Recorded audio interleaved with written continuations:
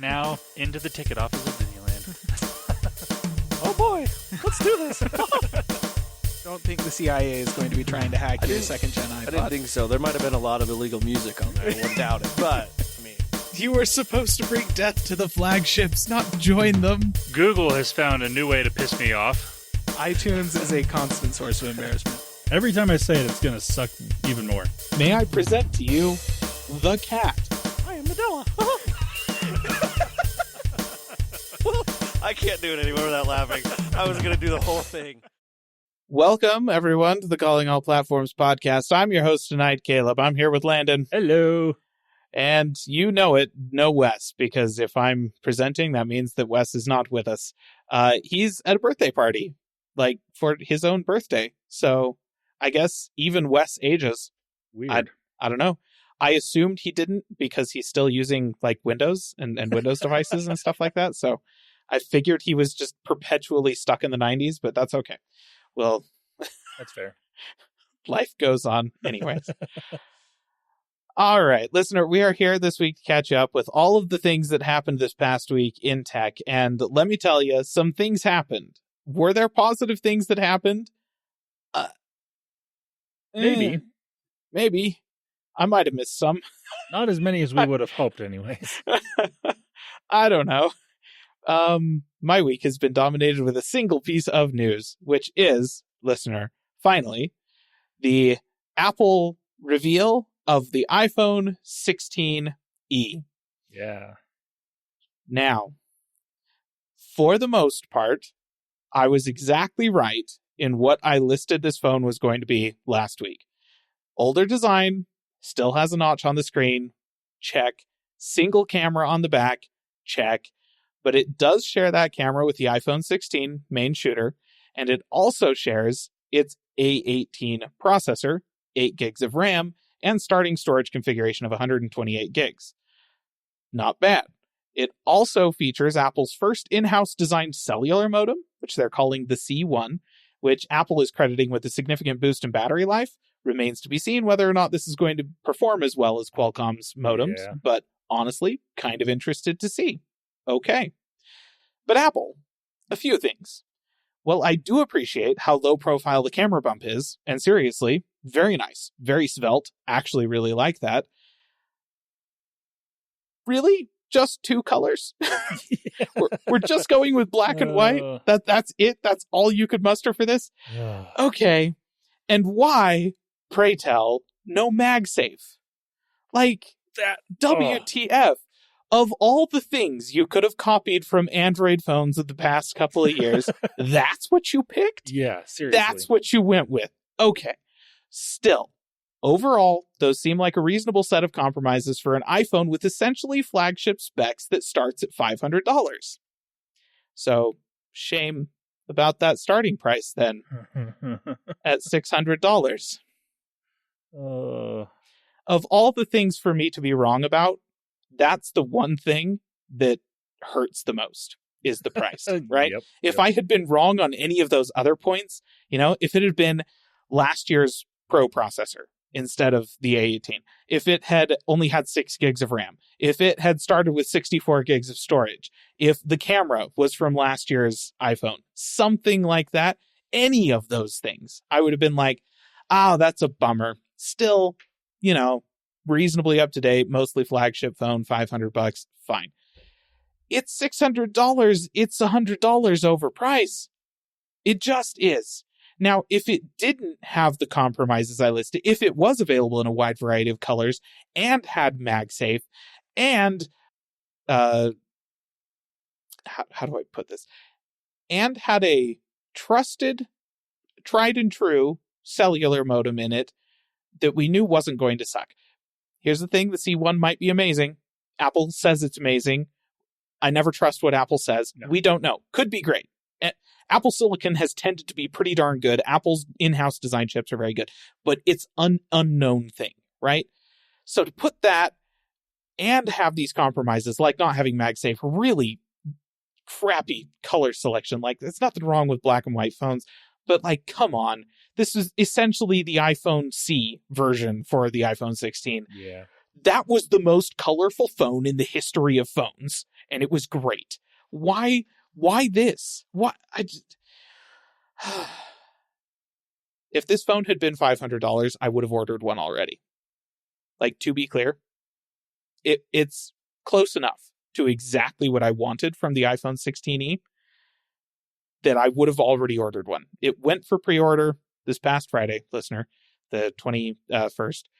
And so you can order one right now. At $600, I turned around and started looking at, well, what does the Moto Razr cost these days? Yeah. What do refurbished iPhones? What are they going for this day and age? It is really, it's such a kick in the teeth. Like, yeah, USB-C in the A18 is great, but like, guys, you could have taken the action button off, right? Like, take the action button off, maybe, and then drop the price to $500. I don't know. There's just so many. It's a baffling series of construction decisions in this device. They included the action button, didn't include MagSafe. Yeah. They pulled out stuff like MagSafe and hampered the actual color selection of the thing, and yet decided to list it for more than $150 more than the last iPhone SE. And I am pretty sure that the reason for all of these things is just profit margins. They're like, yeah, we're just gonna more profit margins. Because, like the C1, why does the C1 exist? Is it to give customers like me the absolute best experience with a cellular modem? No. It exists because they don't have to pay Qualcomm licensing fees for Qualcomm's modem and buy Qualcomm's chips. It exists because it's cheaper for Apple to make their own and put it in this device. So everything about this phone is Apple, like, cutting corners to slice down the bill of materials cost for this phone as much as possible. And I am totally fine with that, just so long as the price matches that mindset. Mm-hmm. But it doesn't. At $500, I would have been like, that's fine. At $430, like the last iPhone SE, I would have been like, that's an absolute steal. This is the best phone of the year. Everyone should buy one. At $600, it's a kick in the teeth. I don't... Apple. The thing, there's three things that really, for lack of a better term, this is the right term, that just pissed me off about this phone is, for the price, $600. Okay. Compare that to any Android phone that you can get for the same price, which really, there aren't really many phones at exactly $600. They're either 7 and up or 5 and down. Yeah. But this compares to those 5 and down phones spec-wise, because those $500 phones, i.e. like the Pixel A phones, $500 have been for a while, are excellent phones. Have nearly as good of a camera, sometimes as good. This one might be better than what the 9A is going to have. That's fine, because this is, the flagship maybe camera. Slightly, yeah, slightly. It's not going to be, especially for photos, it's not going to be that much better, right? But and the 9A is also not going to have MagSafe because, duh, it's Android. You can't have MagSafe. It's against the rules. Hate that. But the display is going to be at least 90 hertz on the 9A. And the fact that Apple still sells a quote-unquote flagship phone at $800 with a 60 hertz display boggles my mind. So obviously this one isn't going to have anything better than that, but it's still stupid that a $600 phone doesn't have something better than a 60 hertz display. 100%. And so yeah, the like when I was watching the video, it's 12 minutes long, listener, if you haven't watched it. It's pretty short, which thank you, Apple, for doing that. They probably could have dragged this on to 30 minutes if they wanted to. Gosh, yes. I'm glad they didn't do that. So I'll give them a bonus on that. Good job. 12-minute video, that's all it needed to be. But I kept watching this, and they mentioned that it still had wireless charging, but that's all they said. I'm like, wait a minute.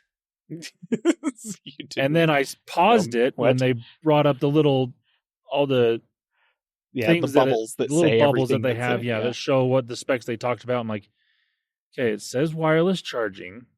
It even says Qi charging. I don't know, maybe that didn't say Qi, but they on the spec sheet on their website said Qi. It's compatible with Qi chargers. That's all it said. I'm like, huh. And I had to actually go to a different website. Like, I don't even know where I went, but I was like, does this not have MagSafe? And sure enough, no, it doesn't have MagSafe. Like, oh, Yep. Apple, seriously, for $600, this is just the dumbest things to cut corners on, honestly.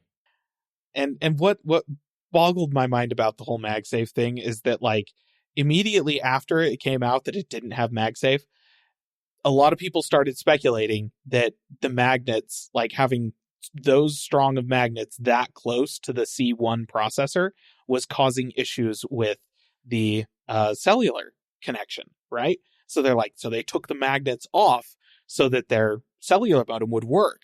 And then Apple released a statement. They're like, no, the C1 doesn't have problems with magnets. And they confirmed that they had worked with a case manufacturer who was putting the MagSafe magnets in their case and tested it with the iPhone 16e to demonstrate that no, there aren't problems with having the magnets there. So they just took the magnets. Why did they take the magnets off? To reduce the cost of the phone to them. Which also says that there may not be a first-party MagSafe case for this phone. There is not. Not there yet. Isn't. Maybe there could be, but at the moment, there's not, because like you said, they're working with third-party case manufacturers to test the magnets. No, there 100% will not be. And I think that the only cases that Apple is going to be selling for this are just the cheap silicon cases, right? Their least expensive silicon cases. Yeah. None of the hard plastics, none of the fancier ones. It's just the basic silicon case from Apple. So you're going to have to go to a third party for cases for these. That being said, you'll probably be able to grab, like, just based off of the way that the camera is, being how it's a single camera, it's very thin, and the way that the position that it's in, it will probably fit iPhone 14 cases. Possible. Like, it's the same basic body style as that. The dimensions are the same. It will probably fit some iPhone 14 cases. Just depends on how tight the tolerances are. That's like the other thing to me is like, this is in all matter of terms, this is basically an iPhone 14 with a newer camera and the newer processor. So they purposely had to make the choice to take out MagSafe because MagSafe has been there since the 12. Yep. Yeah. I just do, like, that's a massive selling feature for the iPhone, in my opinion. As someone that has used it for years, I know multiple people that's like, now that I've got multiple MagSafe accessories, I have to have a phone with MagSafe, whether it's iPhone or Android, which obviously, again, not Android at the moment. But like, that's a thing. It's almost as much as like when they switched from the 30-pin connector to Lightning. It's like, well, I've got all these 30-pin connector accessories. What am I going to do with those? Or like with Lightning to USB-C, it's like, well, I've got all these accessories that are Lightning. It's kind of a big deal. It's really annoying. Yeah, I don't understand, like, okay, I say that. I don't understand the reasoning behind this phone for a consumer, right? I understand Apple's reasoning. Apple's reasoning was, let's make this phone as cheap as humanly possible. We'll make it the cheapest iPhone so that the most people will buy it, but let's cut corners in every way that we can in order to get the profit margins for us as high as humanly possible. And honestly, I think they've probably succeeded in that because it is an iPhone. It is the cheapest iPhone, which means people are going to walk into carrier stores left and right and just be like, give me the cheapest iPhone, the cheapest new iPhone. And the carrier is happy to sell it to them. They will sell this thing to them. They're going to walk out of it not even knowing, not even realizing that it didn't have MagSafe. They'll, maybe they don't even know what MagSafe is. They'll probably put a case on it anyways And if they'll try to put it on a MagSafe accessory and be like, crap, the case is too thick or whatever, and that's why it doesn't work. No, it doesn't work because the magnets aren't there. Yeah. But, people are just going to go in, they're going to buy the thing, and based on everything that I understand about Apple's supply chain, which, to be clear, isn't everything, but I suspect that the bill of materials cost for this thing is close to $200. So this is like more than a 50% markup. Yeah. And I am sure that Apple are thrilled with this whole thing. But from the perspective of a consumer, the only reason to buy this phone is because you want to buy the cheapest iPhone you can currently get that is going to get software updates for the longest period of time possible, right? This is the cheapest phone with the A18 in it. Okay, let's talk about that for a moment, listener. So, Apple tends to, generally speaking, roll support for older devices off, for older iPhones at least, off based on the processor that they have in them and the amount of RAM that they have in them, right? Sometimes you'll have processors or phones with a processor that, like, one version of the phone had 6 gigs of RAM, others had 4 gigs of RAM, and so the 6 gig version will be supported for a year longer than the 4 gig version, right? You occasionally see that sort of thing.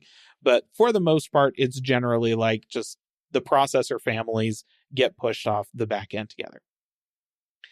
And, so yeah, the A18 and A18 Pro you would expect to go longer than last year's phones, which we had the A17 Pro and the A16, right? That was what was it? Yes. Because they skipped they had no normal A17. Yeah. They had the A16 that had been in the Pro the previous year, was in the normal iPhone last year, and then the A17 Pro, which is what told us that they were just going to start calling the Pro versions of the phone processor the Pro processor, and so on and so forth.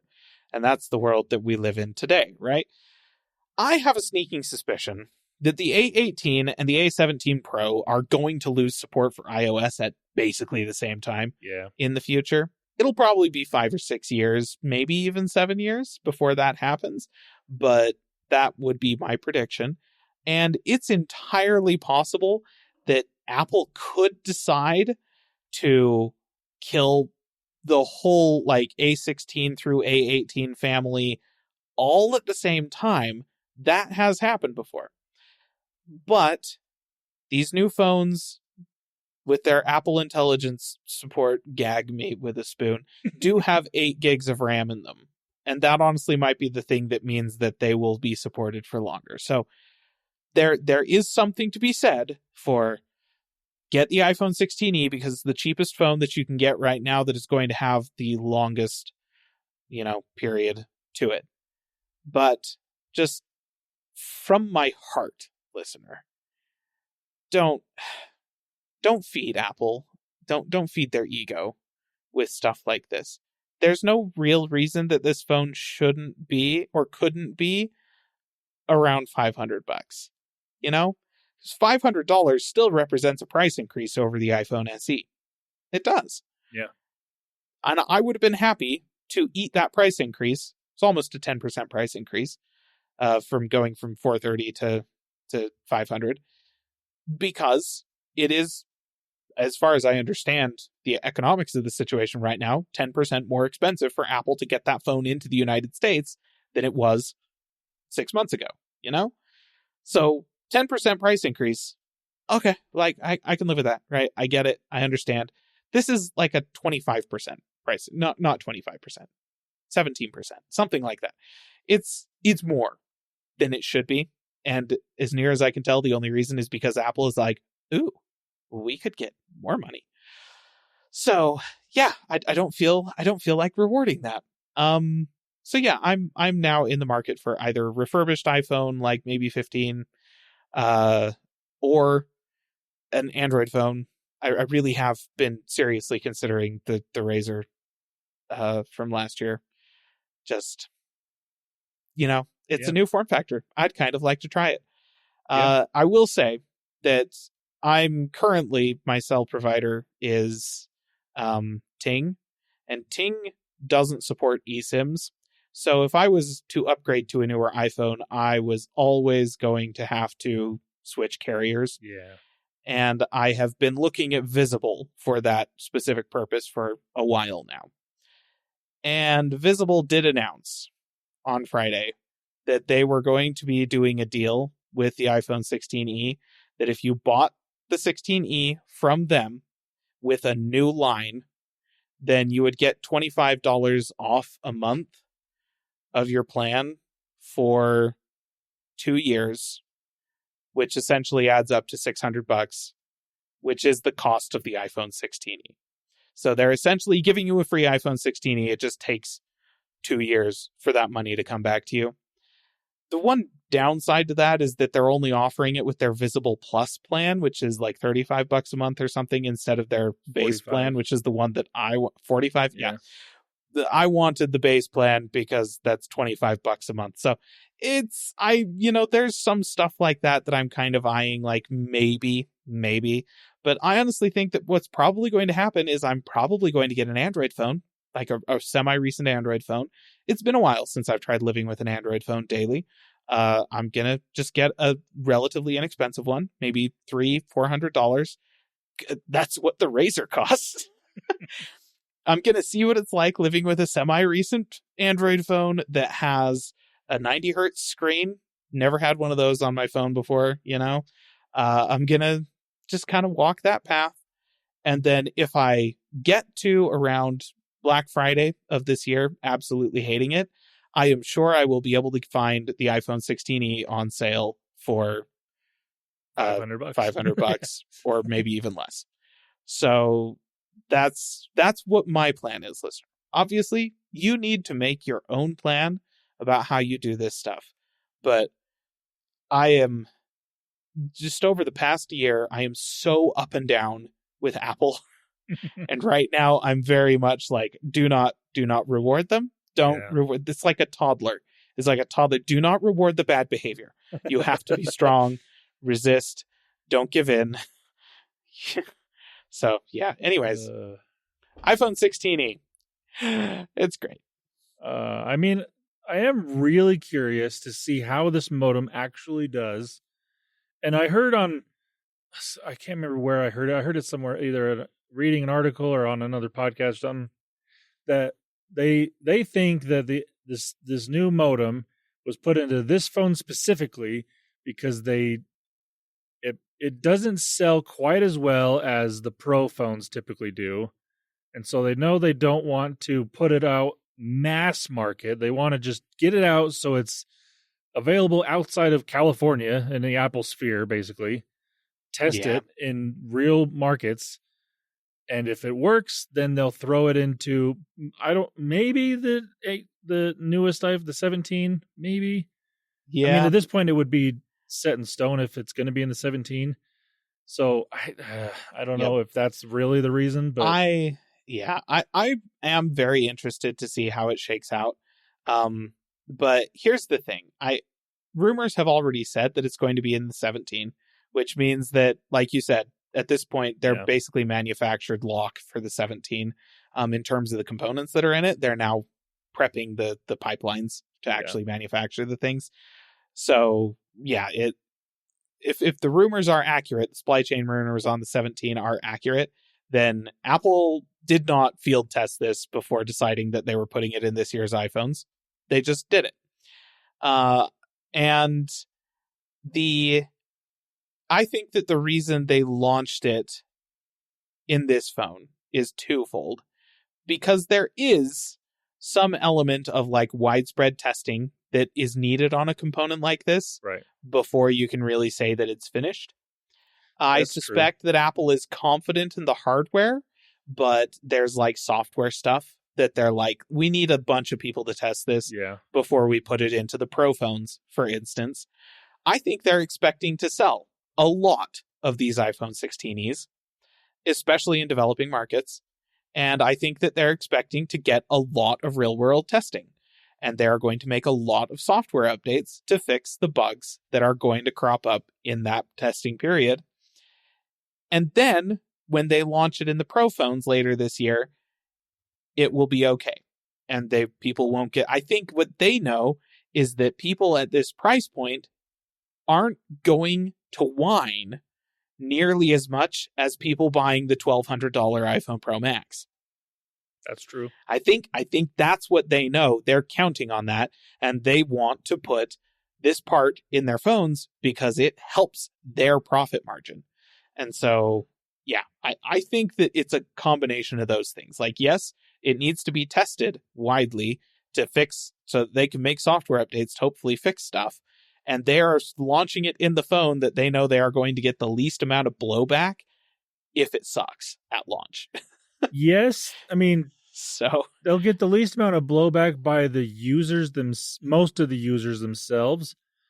But if it is not a good experience, even if it's like something that does get fixed, if it's initially a bad experience and the tech market or tech journalists and stuff like that get their word out, which they will, people that didn't buy the phone are going to be like, oh, well, I don't want that phone because the modem sucks. And then when the new phone gets announced with the same modem, they're like, wait a minute, didn't that modem suck?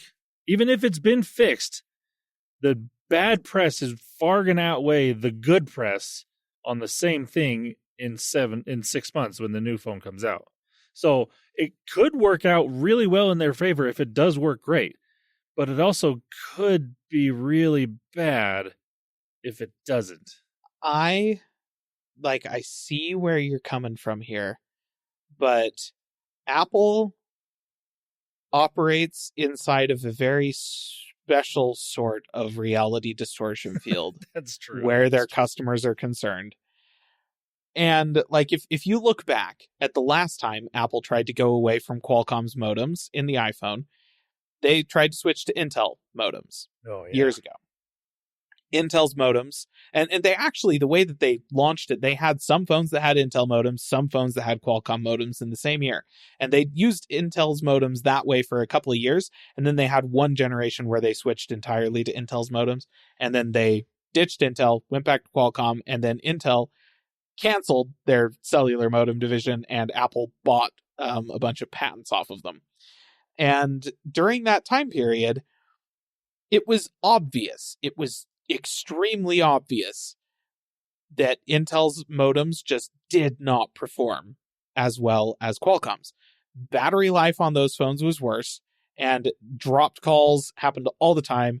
Your speeds, like data speeds, were down a ton, and they would just disconnect all the time randomly for no reason. It was like Intel's modems were significantly worse than Qualcomm's, noticeably worse. Did not hurt the sales of the iPhone at all. And the year that Apple is all like, hey, we're switching over to Intel's latest modem on all of our iPhones, still sold like hotcakes. Nobody cared. Despite the fact that everyone in the press journalism space was all like, hey, Apple's putting Intel modems in their phones and they suck. Okay. People just lived with it. It's a thing that they do. I think that Apple recognizes that they run the most risk of losing a bunch of high-paying customers if people are with the Pro, right? If they put it directly into the Pro before they put it into a cheaper phone first, and then it had a bunch of really bad press, that's when they would lose the most high-paying customers. But if 6 months before they put it into a much cheaper phone, sell that to millions of customers, and then it sucks there, the press cycle is going to grab that. And the people that are buying Pro phones later in the year are going to log it. But then when the Pro launches, Apple is going to spin their reality distortion field around it, around the launch. We fixed all of the issues, all the bugs have been resolved. And then the journalists are going to get their hands on it. They're going to review it, and they're going to be like, you know what? Yeah, the C1 is a lot better than it was at launch. And that's all the Pro phone users need to hear. They'll buy it, right? Apple is such a frustrating company to shop from, because sometimes it seems more accidental now than it ever has before in the history of the company. Well, I don't know, actually. Circa 2018 was pretty bad. 2018, 2019. Life was not great. Like around, I guess, 2016 to 2018. That was the dark ages. But right now, a lot of products that are just, oh man, that makes me so angry. It's like anti-consumer, and it absolutely drives me up the wall. And then I turn around and here's my brand new Mac Mini sitting on my desk, and I absolutely love the crap out of this thing. It's great. Like, Apple, dang it. Freaking hate these guys. Absolutely. So yeah, it's good times. Good times. Anyways, yeah, iPhone 16e. The E is for existential crisis. Let's move on. Got that rant out of the way. Landon, we're going to jump to some general tech news. Why don't you tell us about how Amazon is shutting down its Android App Store? Yeah, that's it. Amazon is shutting down its Android App Store. Now, when I first saw this headline, I'm like, wait a minute, they make Android tablets. What are they? What? But some clarification here. They're shutting down the App Store that you can download on a non-Fire device. Okay. So, which makes a lot of sense because, I mean, how many people have that on their non-Amazon device? 12. Like, I don't know. Yeah. Honestly, if you're that big of an Amazon fanboy listener, you're still using a Fire phone. Reflect on your life. Changes need to be made. That's factually correct. So the statement that Amazon put out about this, they said, we've decided to discontinue the Amazon App Store on Android to focus our efforts on the App Store experience on our own devices, as that's where the overwhelming majority of our customers currently engage with it. Really? Who would have thought? We've also decided to retire the App Store Coins program, which I didn't know was a thing. Both changes will be effective August 20th, 2025. Customers will be refunded for any unused coins they've previously purchased after that date. So these coins, I guess, I don't really know exactly what they are. It's some sort of sub-currency inside of the Amazon App Store, because spending regular money is not good enough. You got to spend regular money on Amazon's fake money to, I don't know. Amazon's really over here, like, trying to make an app store with microtransactions for currency in the app store itself. Mm-hmm. It's a freemium app store. All app stores are freemium. What are you talking about, Amazon? Yeah. But I mean, they're getting rid of that. So, that's okay. Good job, Amazon. But I mean, it makes sense. Initially, like when I first got an Android smartphone, this was the Samsung Galaxy S2 was my first Android phone. There you go. I did download the Amazon App Store on that phone because at the time Amazon was doing a free app of the day that you could just, like a paid app that you could get for free and have it. And it was fantastic. Wow. And there was sometimes there was like really good games that were like between $5 and $10 if you paid for them, like per download, great. And just things like that. And that's when I did use it. And it's benefited me since then because my kids they don't have Fire tablets anymore. But when they did, I could download some of these games that I had paid for previously. Well, not paid for, gotten for free that were paid apps previously. And they could just use them, which is fantastic. But since then, like every other phone after that point, I have not ever downloaded the Amazon App Store because they got rid of that free app of the day not that long after they gave it to people. Yeah, of course. So I totally get why they're doing this because, like they even said, the majority of their customers aren't using it, which makes sense. Yeah. Yep. Now, I don't know if this includes the Amazon App Store that's on Windows. No, wait, never mind. They already closed that. Never mind. That's already gone. I forgot about that. So that's not a thing anymore. It's okay. Everybody forgot about that. Let's be honest. Yeah. So if you happen to be one of the 3 or 4 people that does use the Amazon App Store on your non-Amazon Android device, you have until August 20th of this year to do something with it. I don't know. It's a good question. Go buy a Fire phone, I guess. That you have until August to go buy a Fire phone. Wow. Yeah. Well, okay. That's it. That's one of those things that is all like, oh, that was still a thing. Okay. Yeah. I didn't realize that. All right. Well, let's move on to the Oppo Find N5. Yes, listener, this phone is the latest in the Oppo foldable device. And it's I do have some interesting or unfortunate news that goes along with this. So the previous Oppo foldable phone ended up turning into what was the OnePlus Fold that everyone absolutely loved. OnePlus has announced that they don't have plans for a OnePlus Fold 2, at least not this year. No. So when this phone got announced, everyone was like, oh, this phone's fantastic. Hopefully with the US we can get it in the form of the OnePlus Fold 2. No, unfortunately not. And if you listened carefully there, that does mean that this phone is not coming to the US because Oppo doesn't tend to send its phones to the US.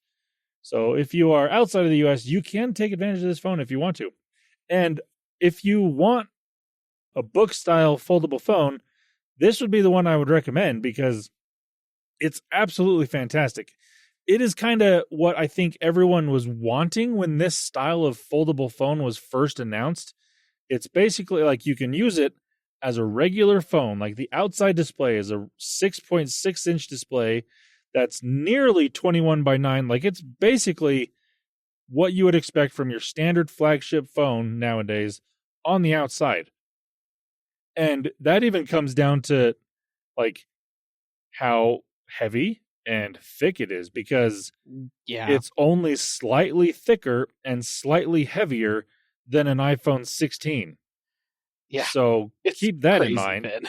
It's not the thinnest phone or not the thinnest foldable phone out there because there's that tri-fold phone that is actually slightly thinner than this one, but just slightly. This one is still ridiculously thin when it's unfolded.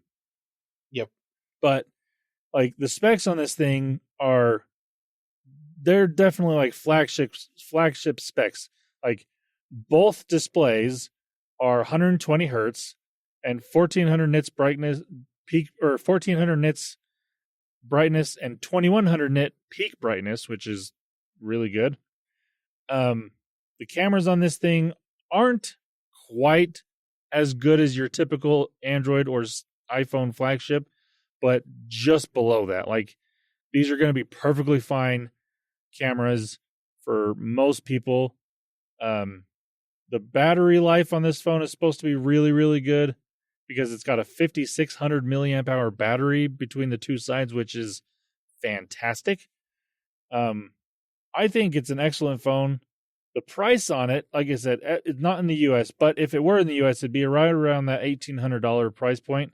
So it's not cheap, but that's fairly typical when it comes to this style of foldable phone. But I really like this phone. I really wish that it could come to the US or that OnePlus would make their own version of this phone because it's really cool. I really like it. But yeah, so if you're not in the US and you are in the market for a book style foldable phone, I would say go for this one because it's really nice. It's a really good phone. And one thing I did fail to mention, the inside display, the size of it is, 8.1 inches unfolded, and it is basically a square display on the inside, but it's extremely comparable size-wise to the iPhone or iPad mini. But I mean, the downside, and I've seen this in a few different places, the downside is it is square. So the iPad is still more usable in that aspect ratio that it is, because that apps are made more for that than they are for square devices. Yeah. But we have reached the point where we have a standard regular phone that you can use, open it up, and you get that small tablet form factor, or at least screen size. And that's pretty much what we've been asking for in these style of devices. So we've kind of gotten it. It's just not quite, like app-wise, it's just not quite there yet because it's square, but it's getting better. And if you're the type of person, like the biggest use case for these type of devices is the multi-app functionality. Like you can have 2 full-size apps running at the same time on the display at the same, next to each other. So that's really nice. But that's almost the only really good use case, in my opinion, for that bigger display on the inside. Yeah. Now, that's just me. That's someone that hasn't used one of these devices at all, let alone on any sort of regular basis. But the people that love them absolutely love them. But again, most of those people also are like, really heavy multi-app users that, want the performance out of these things, which is what they're getting. So if that's you, then I would say go for this phone. If it's not you, then just don't worry about it. Yeah, and it's probably most people. Just don't worry about it. Yeah. But no, it's nice that some of these companies are actually still pushing forward on like how crazy can we make this form factor. Whereas the company that I buy phones from is over here taking MagSafe off the back of their latest iPhone. Okay, let's move on to another company that I love to hate. Nvidia just can't stop themselves. So, listener, you may have heard about this thing called the 5090. We talked last week about how it was melting power connectors. And a little bit about why it was melting power connectors. Turns out the reason why is because Nvidia just designed the power management on the boards real bad. And, oh well, sucks to be you. You paid $2,500 for that card? Loser. That's how they feel about you. And this week has been an interesting one. So the 5070 Ti launched. Remember how we talked about how that $750 GPU was definitely not going to be available for $750? Turns out it's a $900 GPU. That's just what it is. It's a $900 GPU, despite what Nvidia said back at CES. Yeah. And for $900, it is now not being compared with it's being compared with the 4080 and the 4080 Ti. And in terms of the 4080, it does outperform it. In terms of the 4080 Ti, it's complicated.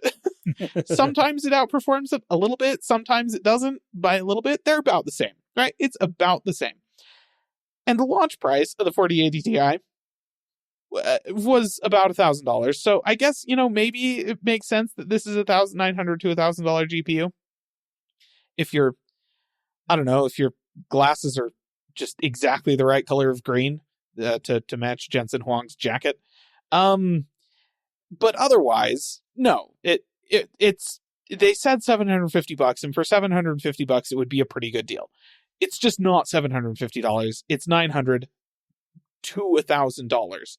And for that price, it's just not a good deal. Just don't buy it. But what else are you supposed to buy? Because Nvidia stopped making the 40 series cards, so it's not like you can go buy a 4080 or 4080 Super or whatever. You can't. It's okay. So I guess I will just buy the 5070 Ti then. Oh well, kind of sucks, but that is what it is.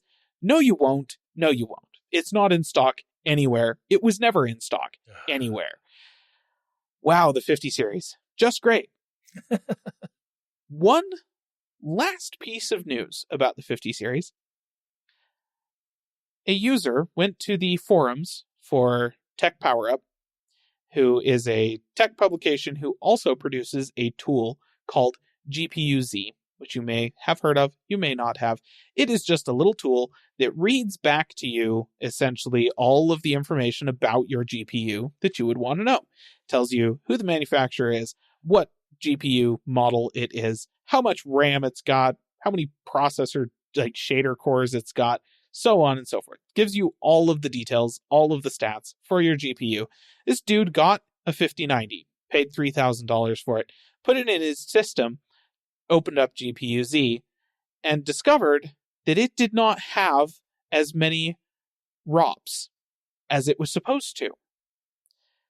Right? Nvidia advertised the card as having 170-something ROPs. He had like 168 on his card.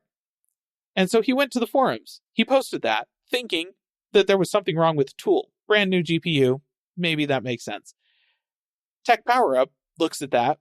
They're like, when we did the review of the 5090, it seemed like we got lower performance scores than a lot of the other people that were doing reviews of the 5090.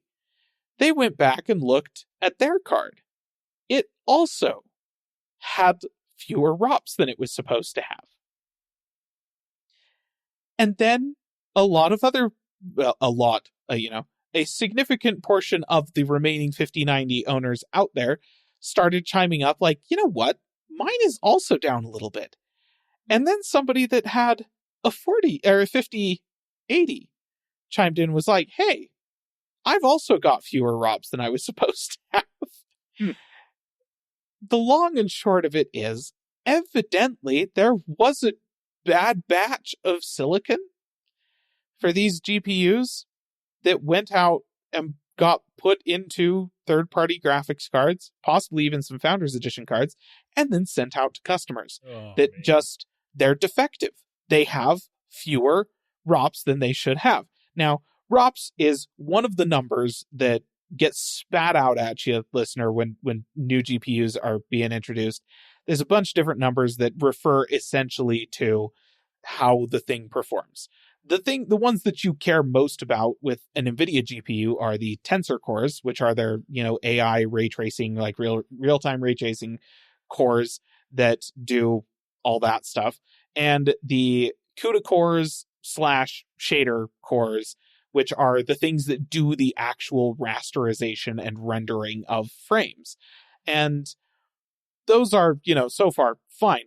But the ROP is rasterized operational pizza, something. I can't remember what it stands for, but it is a part of the graphics pipeline where it takes like the shader performance of your GPU, shader information, it takes the texture information that's being processed, and then like lighting information, and it those are the cores that are responsible for marrying all of that stuff together and then sending it out to be displayed, right? So it's a part of the performance pipeline of your GPU. And to put it into money terms, cards that are affected with this, 5090s that are affected by this, are going to have about $100 to $200 worth of frames less than they should, based on the sell price of the 5090.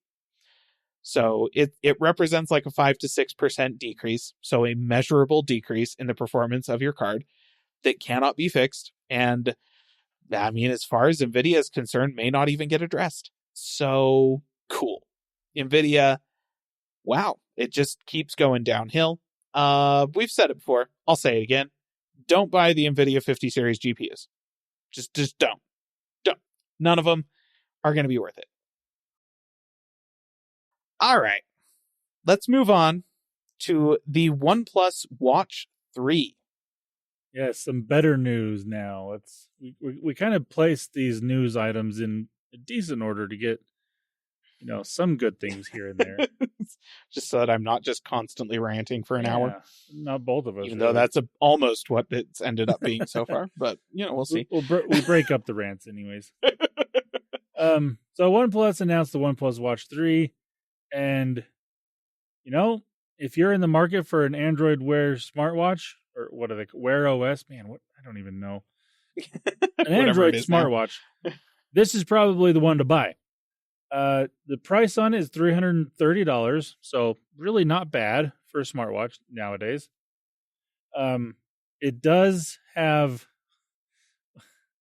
this is fantastic. So it's a stainless steel case with, as they put it on their website, a shiny titanium alloy bezel.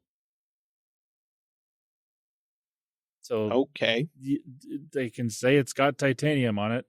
It's not a titanium watch, but it has titanium around the bezel. There you So, go. I mean, that's not horrible, I guess. It's going to protect the glass on there a little bit better than steel would, I suppose. I don't really know why, but it's there. The good things about this watch, they do claim it is a little more durable. It's got a sapphire crystal or glass on it, so that's nice for that price, especially. You're not getting that on any Apple Watch because, I mean, one, you're not getting an Apple Watch for that cheap, and you're not getting one with sapphire for that cheap, especially. No. The best part about this watch, though, is the battery life. They're claiming up to 5 days of battery life in smart mode. Now, that's with the always on display off, is what they're claiming. But they're also saying up to 3 days with the always on display on, which is still really good. Yeah. And in reviews that I've seen of this watch, that's actually underestimating what it actually gets. Oh, wow. Like, people are getting easily more than that in both scenarios. Huh. So now I'm not saying like significantly more than that, but they are getting at least that, if not more. So that's pretty good. And also they're saying 10 minutes of charging will get you a full day's use. And another other thing I've seen in reviews is you can basically charge the whole thing in an hour. So dang. Like, you put this on the charging puck for, like I said, 10 minutes, you're good a day. If you have 20, you're getting ready for the day, you put it on there for 20, 30 minutes, you're good for a couple days. It's going to be fine. Yeah. So that's really nice.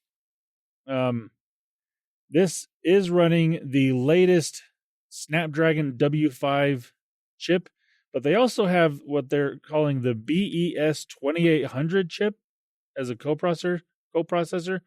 I don't know exactly what that is, but they're showing that on there, so I have to mention it. But overall, I think it's a good looking watch. Okay. Massive feature. It has a digital crown that actually does something. Because in the OnePlus Watch 2 and the Watch 2R, it had a spinning crown that didn't do anything for some weird reason. I remember that. Yeah. Like, everyone was like, why? I understand if you want it just to be a button, that's fine.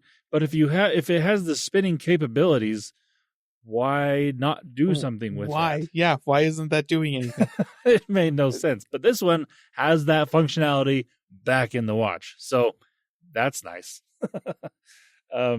Right now, it's coming in 2 different colors. You can get it in Obsidian Titanium, as they're calling it, which is like a black-ish dark gray color, and Emerald Titanium, which the emerald comes from the watch band, is like a greenish color, and then the case itself is more of a silver, like chrome style watch or color, which both are good looking. And I haven't been able to find on their website if it's just standard 22 millimeter bands on this watch. It does look like that.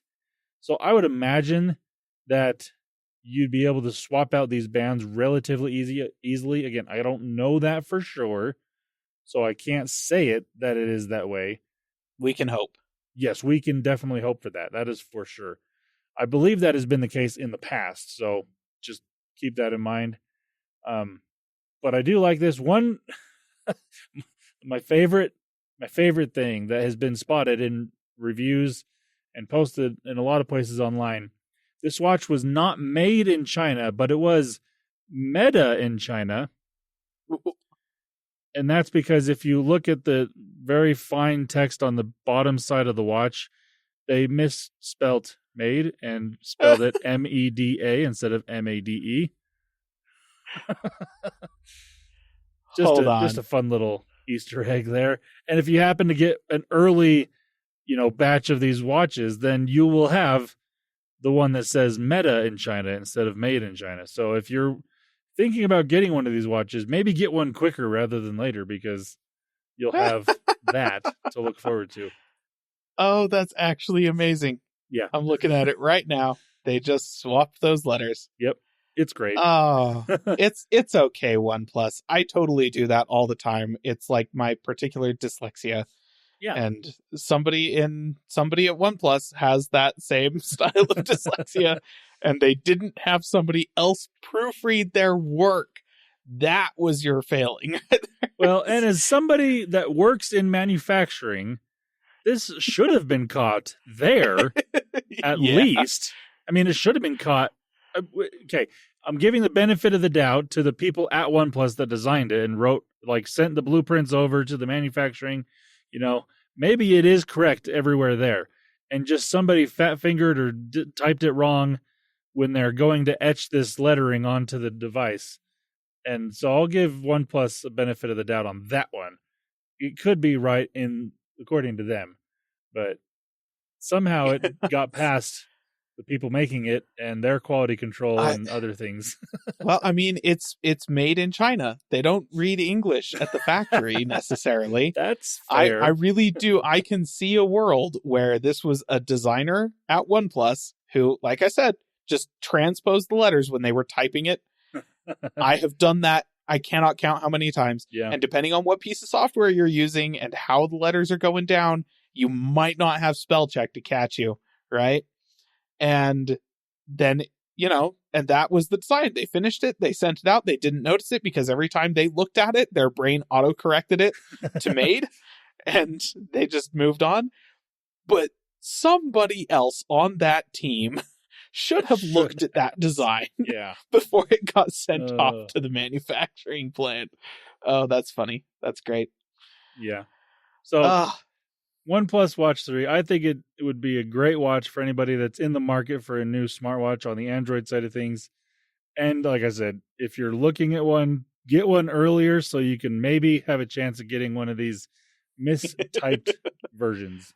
Oh, that's fun. That's just one of those things that you can look back on and be like, I had one of those watches that was spelled wrong. Yep. Yep. That's awesome. Love it. Good news. All right. Now, from that item of fun, interesting, chill tech news, I really we're should going have to saved move that on. for last. No, I actually like this as the next one. We're going to move on to an item on our news document that it just says a match made in tech hell. Landon, please elaborate. Yeah, so one of our favorite companies that we don't typically talk about, but if you've listened for a while, especially the last few months, we absolutely adore this company. It's HP. Yep. And they happen to acquire another great company, Humane.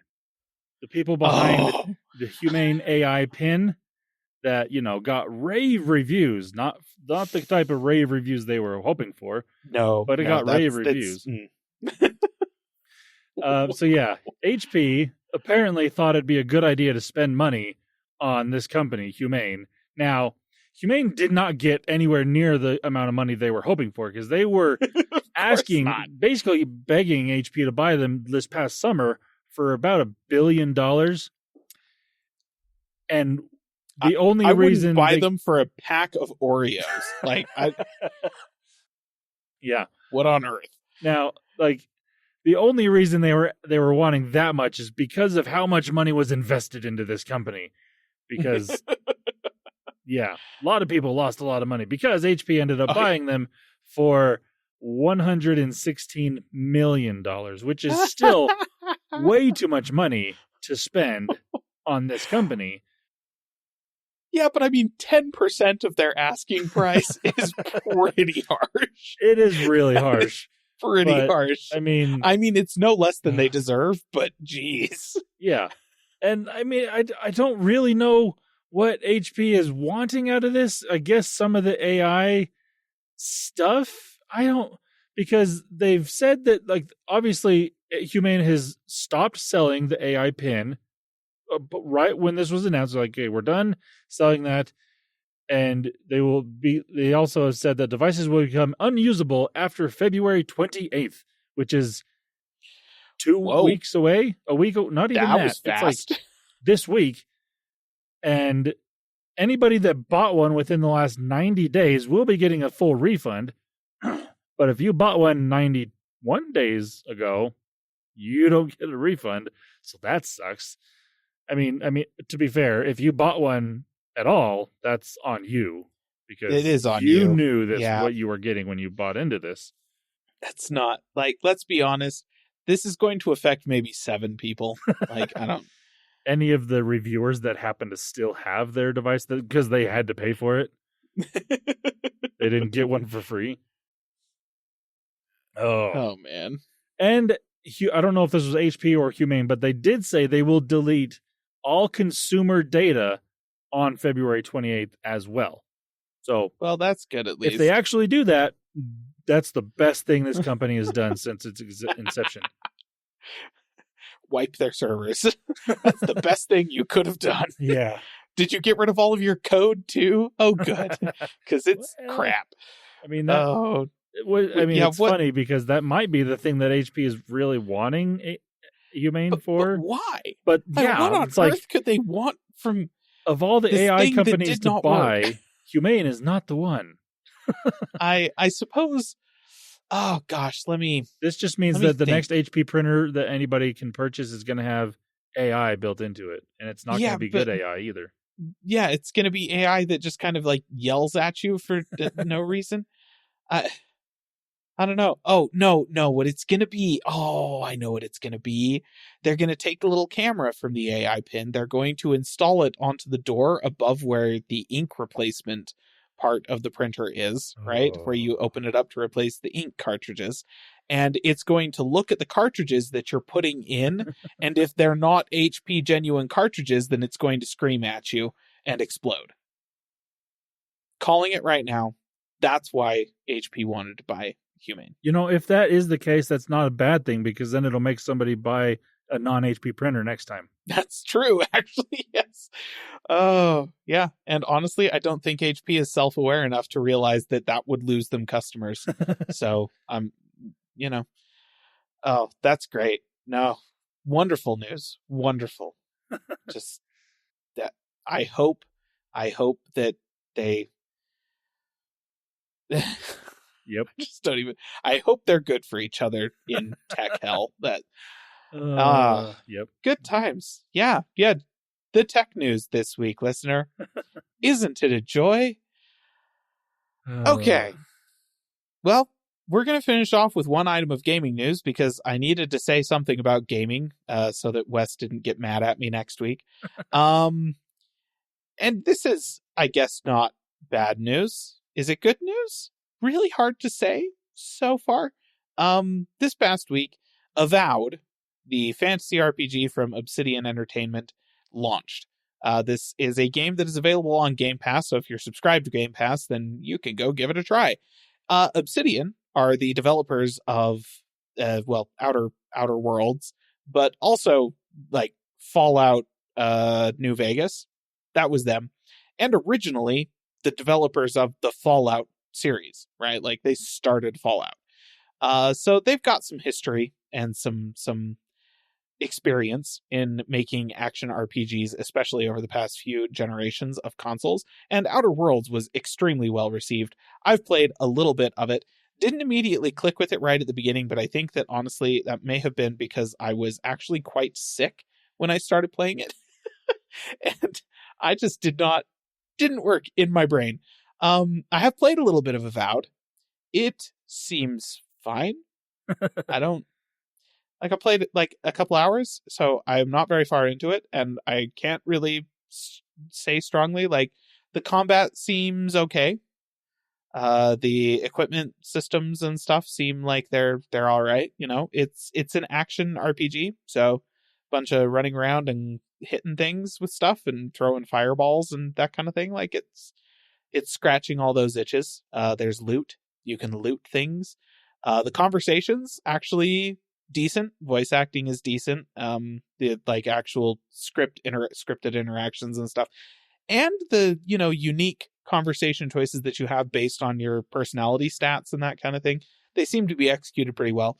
It's no Baldur's Gate 3 in terms of like the character development and stuff like that, but it is okay so far. So I don't know. Is it good? Is it bad? I'll play it for a little bit longer. Maybe I'll make a video about it. That'll make Wes happy. Keyword there's maybe. Maybe. I'm not promising anything. To be clear. Because the honest truth is, making videos about games that I don't have any strong feelings at all about is kind of hard. And so far, Avowed seems like the kind of game that I'm not going to have any strong feelings about, either positive or negative.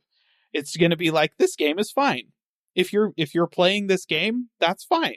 Not going to get mad at you. I'm not going to be upset. So far, it does not seem like the kind of game I'm going to have strong feelings about. But we'll see if that changes. That just sounds like a video that would be made by me in any game. I do not have strong feelings about this. No and that's the entire video. We ought to start posting videos from your perspective that are just like, here's Landon's segment about this game. I don't care. Okay, thanks, Landon. Appreciate you. It's a game. You can play it. Very good. Very good. Well, listener, I believe with that brings us to the end of this episode of the podcast. Unless Landon has one more thing for us? No, not this week. All right. Well then, listener, we have come to the end. We appreciate you being here with us through all the rants and the wonderful, wonderful news that we have had this week. If you would like to get in contact with us, you can do that on our website via the comments. You can also find us on Facebook and the platform formerly known as Twitter, and also via email at podcast@callingallplatforms.com. And you can also find us on YouTube at Calling All Platforms Tech and Gaming. There are comments there. You can make comments on videos. There are no recent videos, but you can still comment on the old ones. And if not, you can always find us back here in the podcasting app of your choice next week. So until then, bye-bye. See ya. Calling All Platforms is a production of Supporter Sound Studios. To learn more about how you can support the podcast, go to www.patreon.com/callingallplatforms.